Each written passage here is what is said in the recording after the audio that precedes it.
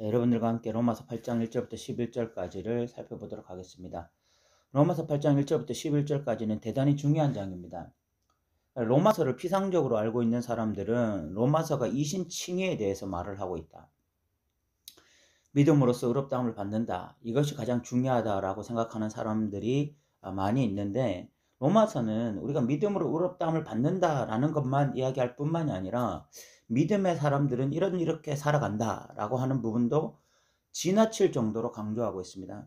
그래서 로마서를 제대로 해석한 사람들은 나 믿어서 의롭게 되었어 라고 자랑할 뿐만이 아니라 그리스도인으로서 우리가 어떻게 살아가야 되는지 진지하게 고민하고 결국은 하나님 앞에서 의의 병기로 드려지게 되는 것이거든요. 불의의 병기가 아니라 의의 병기로 드려지게 되는 것입니다. 그런데 그리스도인들이 어떻게 의의 병기로 드려질 수 있느냐? 그것에 대한 해답이 로마서 8장이라고 할 수가 있습니다. 로마서 8장은 성령장이라고 이야기할 수도 있습니다. 로마서 8장은 성령에 대해서 이야기하고 있습니다.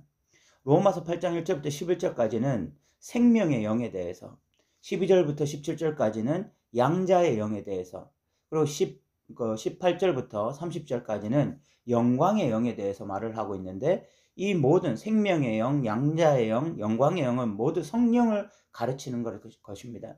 성령을 가르치는 이 영은 결국 이 성령을 통해서 우리 그리스도인들이 어떻게 살아갈 수 있는지에 대한 이야기거든요.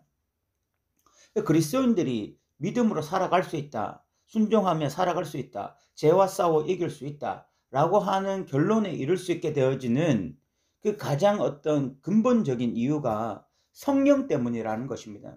우리의 능력이 있는 것이 아니라 우리의 대단한 믿음이 있기 때문이 아니라 결국은 성령께서 우리를 지배하시고 우리를 인도하시고 우리를 이끄시기 때문에 결국 우리가 하나님의 뜻대로 살아갈 수 있다. 이야기를 로마서 8장에서 하고 있는 것이죠. 결국 성령의 통치를 받는다는 것은 하나님의 통치를 받는다, 예수님의 통치를 받는다라는 것과 동일한 것입니다. 결국은 주대심이죠. 주대심.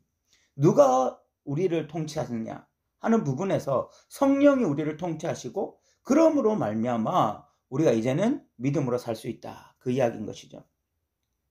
로마서 7장에 나오는 이 나라고 하는 존재는 우리가 앞서 살펴보았지만 사도 바울이 아닙니다. 여기서 오라 나는 공고한 사람이다, 누가 나를 이 사망의 몸에서 누가 나를 건져내랴, 이런 고백을 하는 것이 사도 바울이 아니라 우리가 이 죄된 인간의 실존이라고 우리가 살펴보았습니다. 우리가 그렇게 이야기할 수 있는 이유는 선을 행하는 것은 내게 있지만 실질적으로 성을 행하지 아니하고 악을 행한다, 이렇게 말을 하는 것은 성도들이 아닙니다. 왜냐하면 사도 바울은 이미 로마서 6장 14절에서 죄가 너희를 주장하지 못하리니 이는 너희가 법 아래에 있지 아니하고 의뢰 안에 있음이라 라고 분명히 선포했습니다. 죄가 더 이상 성도들을 주장하지 못합니다. 선을 행하기를 원하는데 악만 행하고 살아가는 것이 성도일 수 없습니다. 오라 나는 공고한 사람이다, 이 사망의 몸에서 누가 나를 건져내라, 이렇게 탄식하는 것이 성도들이 아닙니다. 성도들은 이미 건짐을 받은 자들이죠. 선을 행하기를 원할 뿐만이 아니라 실질적으로 선을 행하면서 살아가는 자들이 성도들입니다. 우리가 이렇게 단정 지을 수 있는 이유는 로마서 6장 14절에서 분명히 선언했고 또 8장 2절도 마찬가지입니다. 오늘 8장 2절에 보면 이는 그리스도 예수 안에 있는 생명의 성령의 법이 죄와 사망의 법에서 너를 해방하였음이라.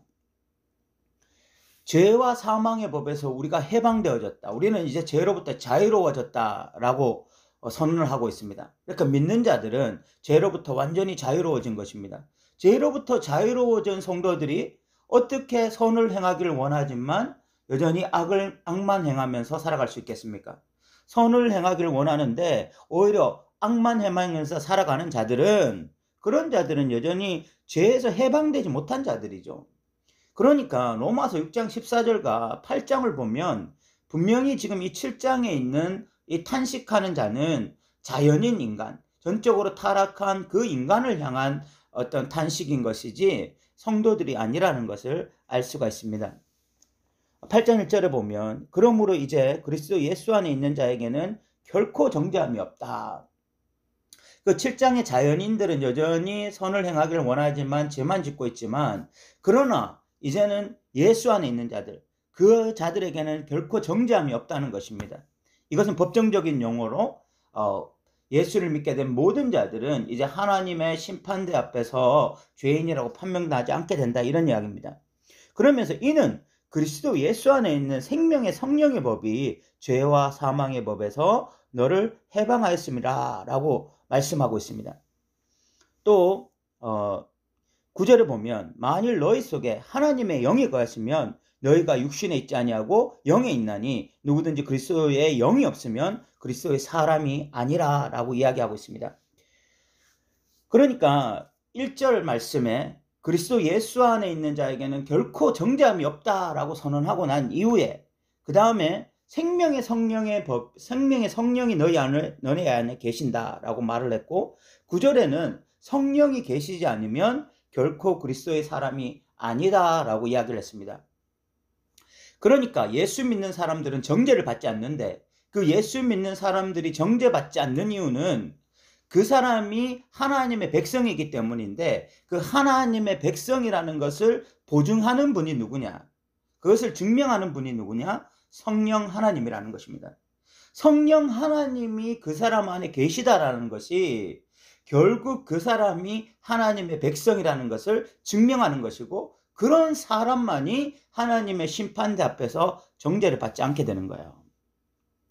자, 그러면 성령이 계시다는 사람, 성령이 그 사람 안에 계시다는 사람은 어떤 특징을 가지고 있냐라는 것을 보시면 5절에 보면 육신을 따르는 자는 육신의 일을, 영을 따르는 자는 영의 일을 생각한다라고 말을 하고 있습니다. 자, 우리가 그냥 어떤 교리를 듣고 예수가 나를 위해서 죽었습니다. 그리고 부활하셨습니까? 부활하셨습니다. 이것을 믿습니까? 믿습니다. 라고 고백을 했다고 쳐보십시다. 그래서 이 사람 당신은 구원받았습니다 라고 선언한 것이 중요한 것이 아니라, 그 사람의 고백이나 그 사람의 확신이나 우리의 선언이 중요한 것이 아니라, 중요한 것은 성령이 우리 안에 계셔야 되는 것이거든요. 성령이 우리 안에 계셔야 되는데, 성령이 우리 안에 계실 때의 가장 중요한 특징이 뭐냐? 육신의 생각이 아니라 영의 일을 생각한다는 거죠. 그러니까 성령이 내 안에 내주하고 계신다라는 것의 가장 중요한 특징이 생각이 바뀌는 것입니다.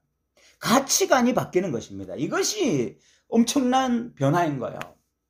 사람은요, 웬만해서 생각이 바뀌지 않습니다. 가치관이 바뀌지 않습니다. 사람의 그 생각, 가치관이라는 것이 하루아침에 형성된 것이 아니기 때문에, 그 사람의 오랜 시간의 어떤 삶의 히스토리 속에서, 그 히스토리 속에서 그 사람이 형성되어 온 것이 그 사람의 생각이고, 그 사람의 가치관이고, 그 사람의 삶의 방향이기 때문에 이런 생각이나 가치관이 바뀌지가 않아요. 그런데 그 사람의 생각이나 가치관이라는 것이 한순간에 바뀌는 순간이 있는데, 그것이 바로 성령이 임할 때죠. 성령이 임하고 나면 그 사람의 생각이 바뀝니다. 그 사람의 가치관이 바뀝니다. 그래서 육신적인 생각, 육신의 어떤 생각만 하던 사람이 갑자기 영의 생각을 하게 됩니다. 성경적인 생각을 하게 되어집니다. 성령이 원하시는 생각을 하게 됩니다. 이런 놀라운 변화가 일어나는 거죠. 그러면 그 사람이 어떻게 그렇게 생각이 바뀌게 되었느냐? 저 사람 안에 어떤 생각이 이런 변화가 일어나게 되었느냐? 그 원동력이 뭐냐? 라고 이야기할 때는 결국은 성령이 그 안에 계실 때. 그래서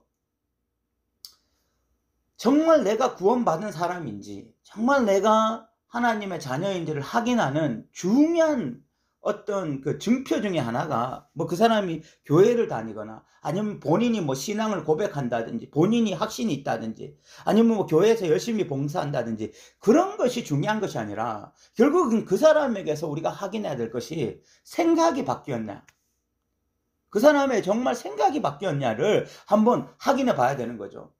교회도 열심히 다니고, 어떤 신앙 확실한 고백도 있고, 교회 봉사도 하고, 또 연수도, 교회 신앙 연수도 오래됐고, 하지만 그 사람의 생각이 여전히 세상적이고, 여전히 육신적이고, 여전히 어떤 믿지 않는 자들과 동일한 생각 속에서 그렇게 살아가고 있다면 그 사람은 성령 받은 사람이라고 우리가 말을 할 수가 없는 거죠.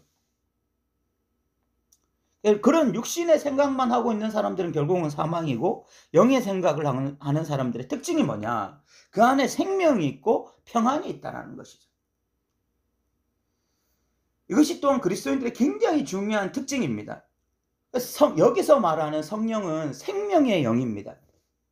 그러면 그 생명의 영이 하시는 것이 무엇이겠습니까? 그냥 성령님을 향해서 우리가 그냥 의례적으로, 형식적으로 성령님은 생명을 가지신 분이십니다, 그렇게 우리가 고백하는 것이 아니라, 사도 바울은 여기서 실제적인 이야기로 성령님은 생명의 영이다 라고 이야기를 하고 있거든요. 그럼 생명이 있다는 게 뭐예요? 시들어가는 꽃이 다시 꽃을 피우는 거겠죠. 어떤 암에 걸렸거나 이런 사람이 다시 살아나는 것이 생명이 있는 것 아니겠습니까? 그러면 성령이 우리 안에 다시 내주하게 되었다라는 것은 다시 그 하나님적 어떤 신앙이 회복되어지는 것, 하나님을 향한 신앙이 회복되어지고, 그리고 우리 인간의 본연이 가지고 있던 하나님의 형상이 회복되어지는 것, 이런 것이 다시 우리 안에 생명이 주어지는 것 아니겠어요? 그래서 하나님의 형상이 회복되어지고 그 하나님에 대한 생각이 회복되어지면 우리는 완전히 달라지는 거죠. 그렇게 했을 때에 그 안에 평안이라는 것이 찾아오는 거죠. 평안이라고 하는 것은요, 진짜가 있고 가짜가 있는데, 세상이 주는 평안이라고 하는 것은 결국은 어떤 힘을 가지고, 세상의 권력을 가지고 세상 것을 더 많이 가짐으로써 그냥 심리적으로 누리는 평안이라면, 그래서 그냥 그런 평안이라면 그것은 모조품이고 가짜입니다. 그런데 예수님이 말씀하셨잖아요. 나는 세상이 줄 수 없는 평안을 너희에게 주겠다. 성령이 임하신 자의 가장 큰 특징 중에 하나가 바로 생명이고 평안이라는 거죠. 그래서요, 7절에 보면 육신의 생각은 하나님과 원수가 되나니 이는 하나님의 법에 굴복하지 아니할 뿐 아니라 할 수도 없다. 그 성령이 임한 자의 가장 특징이 뭐냐면 하나님과의 관계 회복이라고 말을 할 수가 있어요. 성령이 임하시지 않으면 그 사람이 교회를 아무리 얼마나 열심히 다니든, 성경을 얼마나 열심히 알고 있고, 성경 공부를 얼마나 열심히 하고, 신앙 연수가 오래되었든지 간에 성령이 임하지 않은 자는 육신의 생각에 빠져 있기 때문에 끊임없이 하나님과 원수될 수밖에 없는 그런 관계에 있는 거죠. 그래서 우리가 교회 안에서 한번 잘 살펴봐야 됩니다. 성령이 임한 자의 가장 중요한 특징이 하나님과 친해지는 거죠. 하나님과의 관계가 회복되어지는 것입니다. 하나님을 좋아하게 되는 거예요. 하나님을 사랑하게 되는 것입니다. 하나님을 기뻐하게 되는 것입니다. 하나님이 좋아지고 하나님을 기뻐하게 되면요, 예배가 즐거워져요. 기도가 즐거워집니다. 성경을 연구하고 성경을 공부하는 것이 즐거워집니다. 이런 것들이 절대로 의무일 수 없습니다. 또한 삶 가운데 하나님을 의식하면서 살아갑니다. 그래도 하나님 앞에서 살려고 정직해지려고 합니다. 그래도 하나님 앞에서 살기 위해서 이웃에게 무엇이라도 하나 더 섬기려고 합니다. 그런 삶이 회복되어지는 거예요.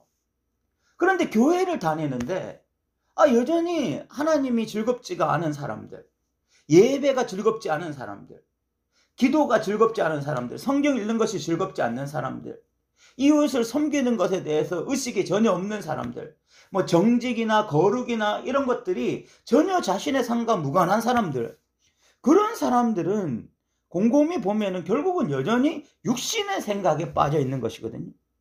그럼 육신의 생각에 빠져 있는 사람은 교회를 다닌다 할지라도 그 사람이 성령이 임한 사람이 아니기 때문에 여전히 하나님과 원수된 상태에 있는 것입니다. 그래서 결국 이 8장 1절부터 11절까지 이 사도 바울이 말하고자 하는 것은 성령님은 생명의 영이라는 것입니다. 그럼 생명의 영이면 우리에게 생명을 줄 것 아닙니까? 그리스도인답게 살 수 있는 생명을 주실 거 아니에요. 그냥 구원받는 생명일 뿐만이 아니라 우리가 하나님과 원수되었던 관계에서 이제 관계 회복이 일어나고 그리고 하나님의 자녀답게 살 수 있는 생명을 주시는 것 아니겠습니까? 그러므로 우리가 이 로마서 8장을 통해서 생명의 영, 양자의 영, 영광의 영, 이 영이신 성령을 통해서 우리 그리스도인들이 이제는 정말 하나님 앞에서 그 관계가 회복되어지고 하나님과 친밀한 관계로 살아갈 수 있다는 것을 우리가 온전히 깨달았으면 좋겠습니다. 사랑하는 성도 여러분, 오늘날 이 신칭이 하나, 이 교리 하나 붙잡고 하나님과 친밀하지 않은, 여전히 삶 속에서는 하나님과 원수된 삶을 살아가는 그런 유사 그리스도인들이 얼마나 많이 있습니까? 그 사람들은 매튜 미드 목사님의 말씀처럼 almost Christian, 거의 그리스도인이 될 뻔한 사람들이지 리얼 크리스찬은 아닙니다. 진짜 리얼 크리스찬들은 생각이 바뀌는 사람입니다. 그리고 육신의 행동이 아니라 영의 행동을 하는 사람들입니다. 그들은 하나님과 원수된 관계에 있는 것이 아니라 이제는 하나님의 자녀로 하나님과 친밀한 관계가 회복되어진 자들입니다. 이 사람들이 그리스도인들입니다. 사랑하는 성도 여러분, 교리 하나 붙잡고 구원받을 수 없습니다. 그 교리 하나 붙잡고 그냥 구원받을 줄로 얄팍하게 생각하는 것이 얼마나 하나님을 기만하는 행위인 줄 모릅니다. 우리가 성경 66권이 우리에게 좀 입체적으로 다가오고 로마서에서 말하는 이신칭의가 무엇인지, 그리고 그 이신칭의 이후의 삶이 무엇인지를 분명하게 깨달았으면 좋겠습니다. 믿음으로 의롭다함을 받은 자들은 성령의 생명이 우리 안에 주어지게 되어지고, 그래서 성령을 통해서 생각이 바뀌게 되어지고 육신의 일을 하는 것이 아니라 영의 일을 하며 하나님과 원수된 것이 아니라 하나님과 친밀한 관계 속에서 살아간다는 것을 꼭 기억하시기 바랍니다. 오늘도 들어주셔서 감사합니다.